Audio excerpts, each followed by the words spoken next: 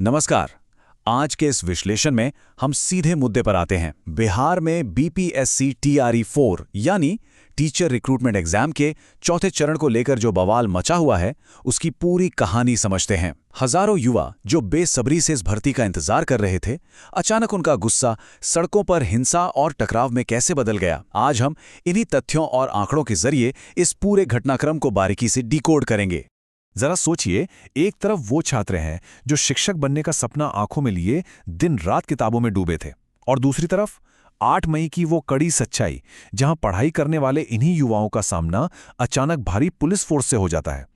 ऐसा क्या हुआ कि शांति से तैयारी करने वालों को सड़कों पर उतरना पड़ा और उन्हें इस तरह की सख्ती झेलनी पड़ी? ये समझना सच में बहुत जरूरी है।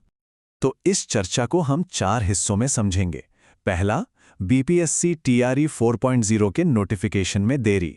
दूसरा, 8 मई को पटना में हुआ प्रदर्शन। तीसरा, छात्रों की आखिर मुख्य मांगे क्या हैं?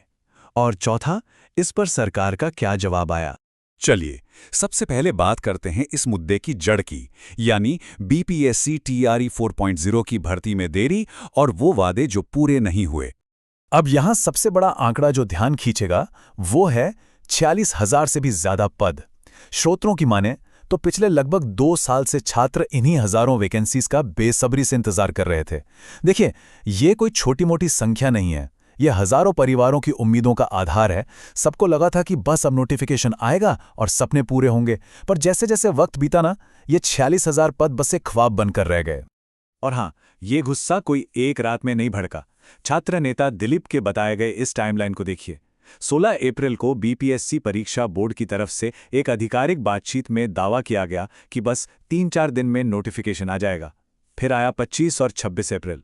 उम्मीद थी कि आवेदन शुरू हो जाएंगे, लेकिन होते होते 8 मई आ गया। 4 हफ्ते बीत गए और नोटिफिकेशन का दूर दूर तक कोई नामो निशान नहीं। तो जाहिर है, इस लगातार देरी ने छात्रों के सब्र का बांध तोड़ दिया। सिर्फ तारीखों की बात नहीं है, इसके पीछे एक बहुत गहरा मानवीय पहलू भी छुपा है। बहुत से परिवारों ने इस उम्मीद में अपने गांव की जमीन तक बेच दी।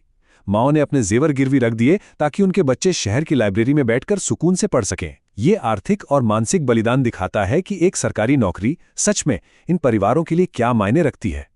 और जब ऐसी उम्मीदों के बीच भर्ती लटक जाए तो सदमा और गुस्सा दुगना होना लाजमी है। अब आते हैं हमारे दूसरे हिस्से पर।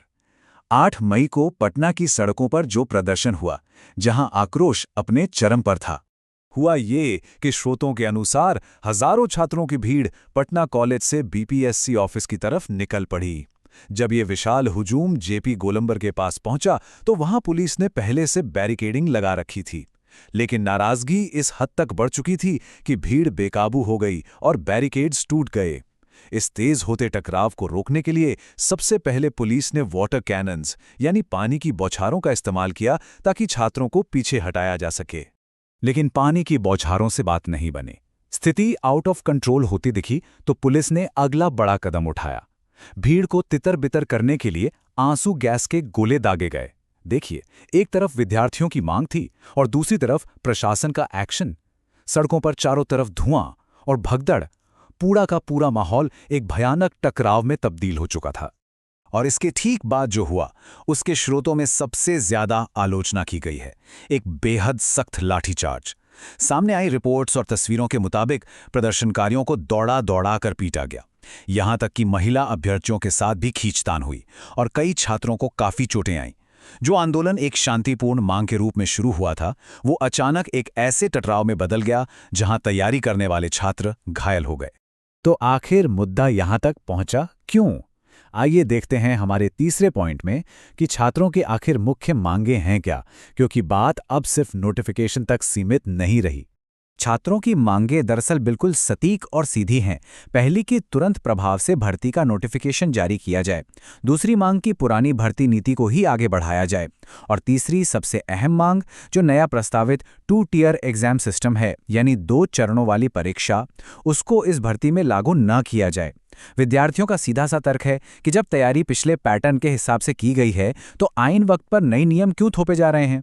इसको थोड़ा ऐसे समझिए, एक तरफ है पुराना सिंगल पेपर एग्जाम फॉर्मेट, जिसके आधार पर ये छात्र इतने वक्त से मेहनत कर रहे थे, और दूसरी तरफ सरकार का प्रस्तावित पीटी एंड मेन सिस्टम, जिसमें पहले प्रिलिमिनरी टेस्ट होगा और फिर मेन एग्जाम। छात्रों का कहना है कि जब हमारी पिछले इतने महीनों की मेहनत सिंगल पेपर को ध्यान में रखकर हुई है, तो अचानक से इस 2 चरण वाली प्रणाली को लाने से उनकी पूरी तैयारी पर पानी फिर जाएगा। अब इन सब के बीच आइए आखिरी हिस्से पर आते हैं कि इन मांगों और प्रदर्शन पर सरकार का और प्रशासन का क्या रिएक्शन रहा। इस पूरी कड़ी में नए शिक्षा मंत्री मिथिलेश तिवारी जी का बयान काफी महत्वपूर्ण हो जाता है। उन्होंने स्पष्ट तौर पर कहा कि भ्रष्टाचार पर 0 टॉलरेंस होगी।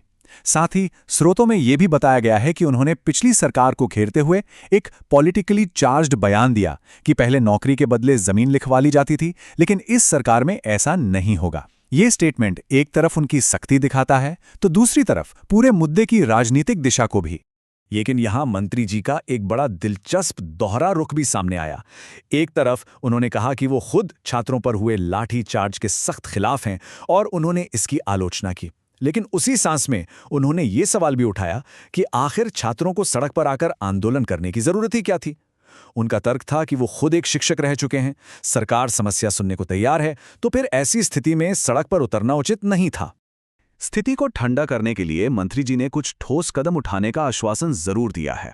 उन्होंने वादा किया कि अगले हफ्ते तक विभाग की सारी फाइल्स मंगवाकर उनका विश्लेषण किया जाएगा। उन्होंने छात्रों से प्रदर्शन के बजाय संवाद यानी बातचीत पर जोर दिया। और एक बड़ी बात, जो FIRs छात्रों पर दर्ज हुई हैं उनकी जांच की जाएगी। यहां तक कि उन्होंने दावा किया कि जरूरत पड़ने पर वो खुद अपना वकील रखकर अभ्यर्थियों की जमानत करवाएंगे।